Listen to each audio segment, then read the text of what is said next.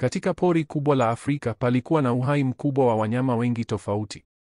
Milima, miti na vijito vilipamba eneo hilo kwa uzuri wa ajabu.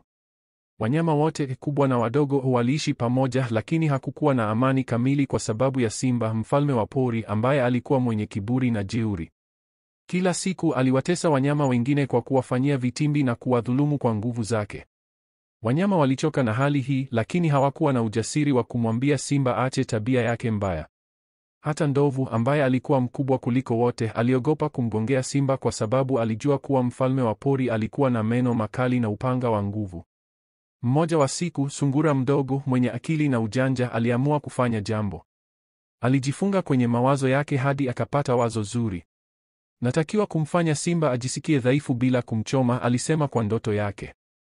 Alimwendea simba kwa heshima na kusema, "O mfalme wetu mwenye nguvu, leo nimekutana na simba mwingine wa kushangaza. Anadai kuwa yeye ndiye mfalme wa pori hili na amesema wewe ni mnyonge mbele yake." Simba alipatwa na hasira kali. Ati nani? Ni wapi huyo jasiri? Nitaonyesha dunia nani ndiye mfalme wa kweli. Simba akapiga mayowe kwa ghadhabu. Sungura akamwongoza simba hadi kwenye bwawa kubwa la maji. "Huyo simba mkubwa anaishi hapa chini ya maji," sungura akasema kwa hila. Simba aliyasimamia maji na kuona kivuli chake kikimtazama. Kwa kujiona simba mwingine, aliamini kuwa huyo ndiye mshindani wake. "Uko wapi wewe mnyama wa kutaka kunipindua?" Simba alipiga kelele na kwa kukaribia kufurika, aliruka kwenye maji kumshambulia kivuli chake mwenyewe. Maji yalipaa juu na simba alianza kugombana na maji kwa kujifanya anampiga simba wa kubuniwa. Lakini kadiri alivyojitahidi, ndivyo alivyozama zaidi.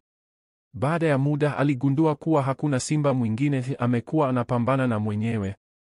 Maji yalikuwa yamejaa matope na simba alibaki amenyonya maji mengi na kuchoka sana.